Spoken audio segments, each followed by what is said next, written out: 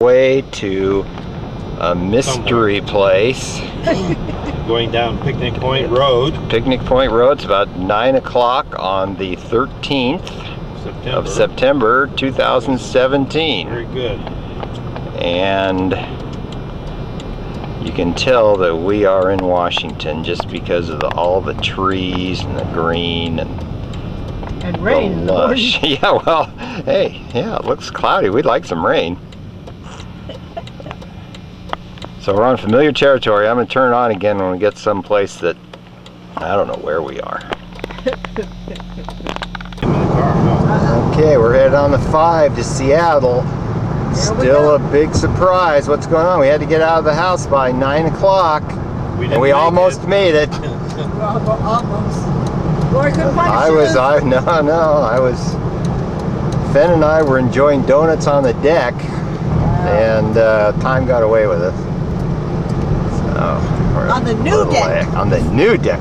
Free donuts. The delightful deck. I haven't been on the deck yet. What? No. He hasn't allowed you out there? No, Ben hasn't punched my ticket. He hasn't allowed you to sit in the Value Village seats?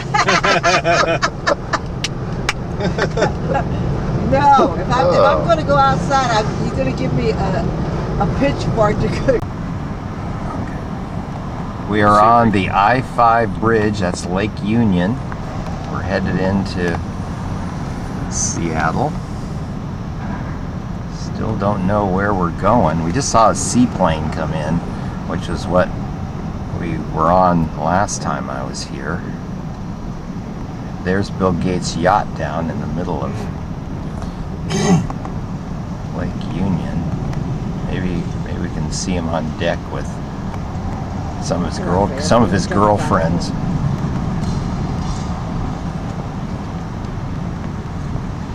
Lovely. So here we are at Seattle Center. Don't know what that's the E and P. I can't see it too well, but we don't know what I don't know what we're going to do here. Looks like there's a enchanted forest off to the left there. So we'll $2 billion art project. The city paid. The city paid. Yeah. Some artists probably explained it in grandiose terms what it meant and everything, but you never know. It just looks like basically rusted car parts. But I want to hire that salesman. That's what artists are these days. They're just salesmen. They just come up with words on what it is they're trying to represent. People can't see it, and they're afraid to say they don't see the vision, right? Say it again, Finn. We're here at the Seattle Center. Looking at the beautiful art. Look at the art. How much did this one cost, Finn? I don't know. Well, it's probably $500,000. Yeah, look at that giant eraser. They make a lot of mistakes here in Seattle. I do one of my best. You gotta have them all over town. Is this the inner ear over here? Yes. And this is that's a good shot. Oh, this is the inner ear. Okay, this is the what center now again over here? EMP. EMP. Experienced Music Project. Paul Allen. Paul Allen. Oh yeah. Oh, look at it above that. Let's zero in. Oh, there's the Space Needle right above it. My goodness. Hi guys. How can I help you? Inside Ride the Duck store. Haven't seen that before. Get a little different view of the Mopop.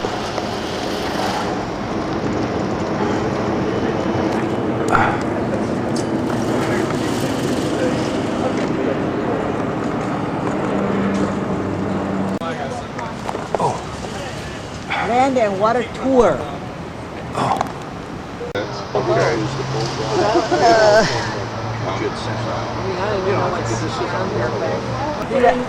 This is a memento for Finn. There's $5 parking right next to the Ride the Ducks. Ride the Ducks. We parked 3 blocks away and it only cost us $18. Yay! What a bargain! So Finn, if you ever bring anybody again, just remember this. Don't mess up again. I don't know why they do that. Come on, sit down. Come here, Harry.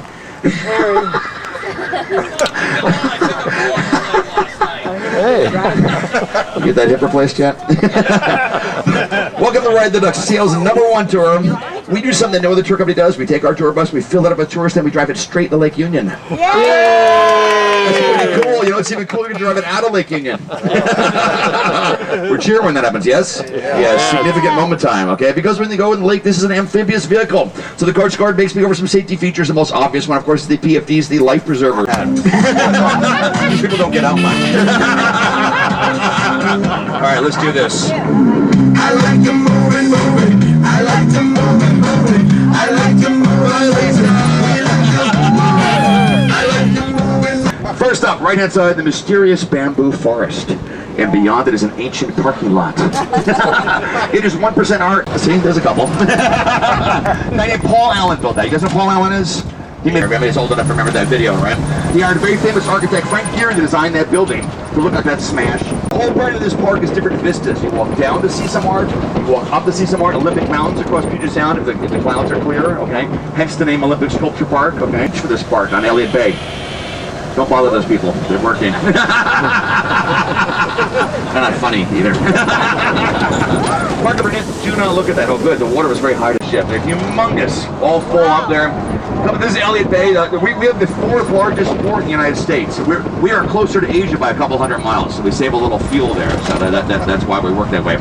Elliott Bay, of course, is the original eBay. Not a lot of people know that. That far shore there's West Seattle. There's a point over there called Alki. That's where the first non-tribal settlers tried to set up a town. Arthur Denny Party in 1851. Now that spot didn't work out very well. There wasn't much fresh water supplies. And the winds from the north were pretty rugged that first winter. Yeah, this is a beauty. It's worth the wait. There we go. Nice, huh?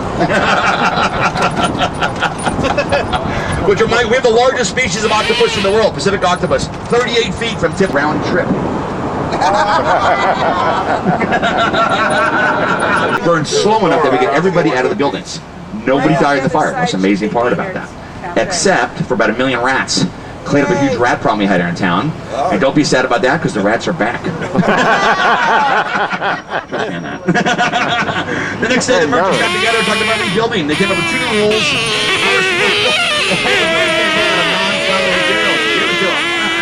Fire at will. I'm going to interrupt my story and point out the underground tour starts right here in your right hand. All the buildings going to be built out of non-flammable materials, brick and stone. Duh, right? No more fires. Second rule is kind of weirder. All the doorways are going to be raised up 10 feet higher than when they were. That's because Seattle was originally built on a low tide flats. You guys know what low tide smells like? 48 feet tall, 26,000 pounds. He hammers 4 times a minute, and he works 364 days a year. You guys know which day off he gets? Labor Day. He really does. He gets Labor Day. That is the Amazon Biosphere. That is going to be a conservatory. Think of endangered plants. You know, 75 degrees year round is going to be their headquarters. Meeting rooms. Some of their meeting areas are going to look like tree houses that hold 6 people. It's just for Amazonians. It's a way to get in touch with nature without leaving downtown, okay? And plus it won't rain on you so much. Which is basically our problem. So we're coming to Amazon land right here. You guys know me by now. I like to blend in. Let me get my man bun on so nobody stares at me. There we go. That's better. All I need is an empty guitar case. I'm good to go. Does anybody work for Amazon before I continue on this line of questioning? No, we're good. We're good. Doesn't matter. I say the same thing anyway. I really care. So Amazon's changing Seattle demographics. 40,000 employees now, going to go up to 85,000 next couple of years. Okay, they have 19% of the office space in Seattle. That's the biggest percentage of any other company in the entire U.S. Okay, they are blowing up. Okay, who's attracted to the tech field?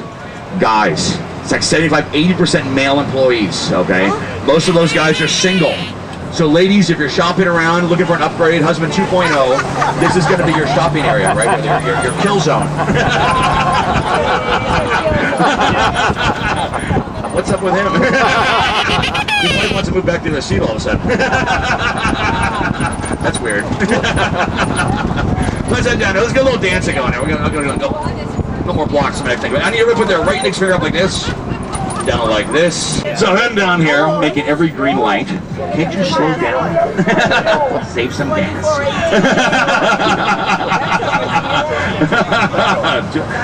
These people paid a lot of money for these shows. very eclectic museum. This is my favorite museum in town, okay? They have basically the history of Seattle, but in a kind of an interesting way. They have Boeing's first mail plane hanging off the rafters. Remember the glue pot, the start of the Seattle fire? They have it in there, okay? Everything I talk about in my tour is in there. And so it's pretty important to me. I spend like 2.5 hours now and get about halfway through it. We actually spend the day in there. All kinds of stuff. This is also our first view of Lake Union right here. This float plane sitting right there from Evening Magazine. And that is the lake we're taking the duck into in about 10 minutes. We got a little drive to do. Have you been doing all right? Yeah. It's beautiful weather today, isn't it? All right, let's see. Let's get the party going here. What do you think?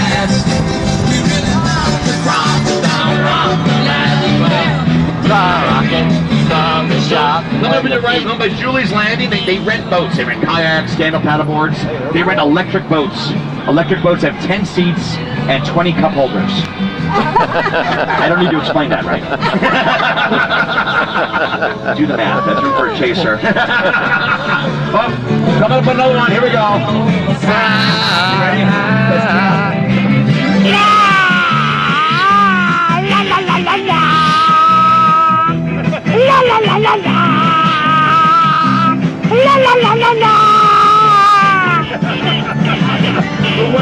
Let's go. You always find 5 minutes late, the stupid bridge goes up. Yeah, we get caught on it all the time. Coming to the Fremont. Fremont used to be very bohemian.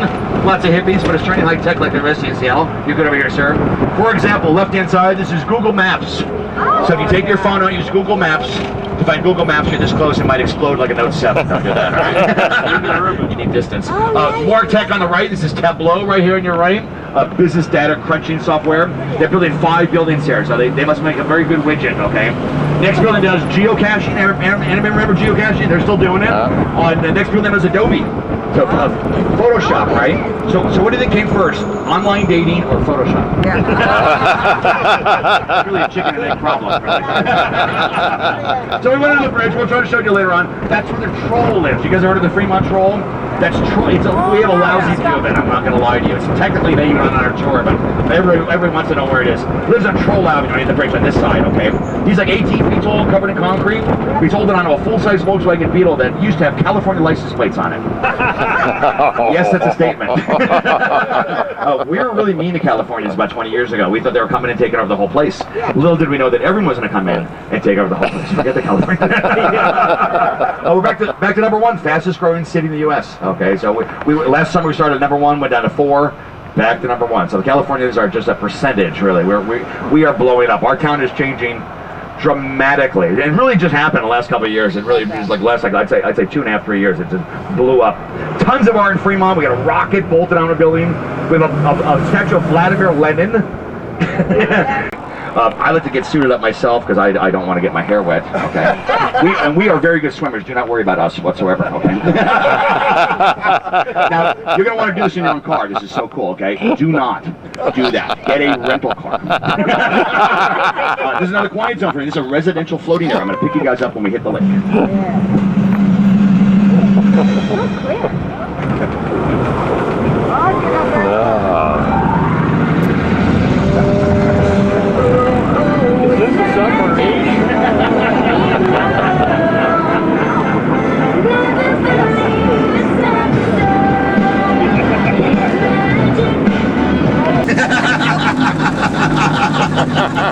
Yeah, but you look around, we are the fastest truck out here. That's the key, all right?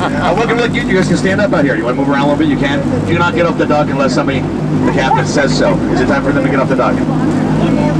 One more bad joke. All right, fair enough. Fair enough. It'd be worth it, right? Now, you know, we are longtime friends, okay, and we haven't worked together in a while, and I'm thinking of doing something a little special. Would you be able to? All right. So a lot of people don't know this, but we were in the Olympics. We were part of the synchronized swimming team. We were in the 1978 Lake Placid Olympics. There we go. That's better. Oh, that thing shrunk on you.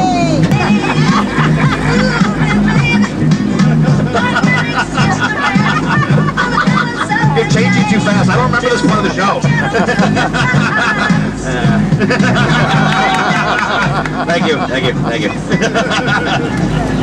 You can't see either one. They're both around the corners, okay? This is all fresh water. Puget Sound is salt water, but they meet up down there as a ship's locks. They hire them sitting in a little boat, all right? Straight, you saw some of those, right? Houseboats are narrow, 10 or 12 feet wide, so they can fit into a boat slip. Tied to the dock, connected to power and water, but not sewer. They have a holding tank like an RV, okay?